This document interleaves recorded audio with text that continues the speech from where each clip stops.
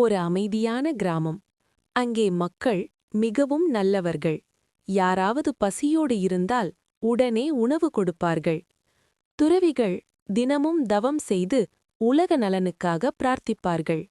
ஆனால் அந்த வருடம் மழை முற்றிலும் பெய்யவில்லை. கிணறுகள் காலியானது. வயல்கள் வெடித்தன. பயிர்கள் முளைக்கவே இல்லை. ஒரு பெரிய பணக்காரன் இருந்தான், எப்போதும் தானம் செய்யும் நல்ல மனிதன். ஒரு நாள் அவன் தன் களஞ்சியத்தை திறந்தபோது அதில் சில கை அரிசிதான் இருந்தது. அவன் மனமுடைந்தான். நான் கொடுக்க விரும்புகிறேன், ஆனால் என்னிடம் ஒன்றுமே இல்லை.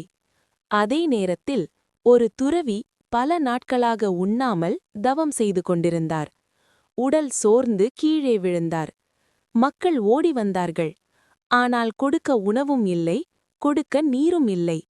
அப்போது ஒரு முதியவர் சொன்னார், மழை இல்லையெனில் மனிதனின் நல்ல உள்ளமும் கூட வெளிப்பட முடியாது. வானமே அறத்தின் அடிப்படை.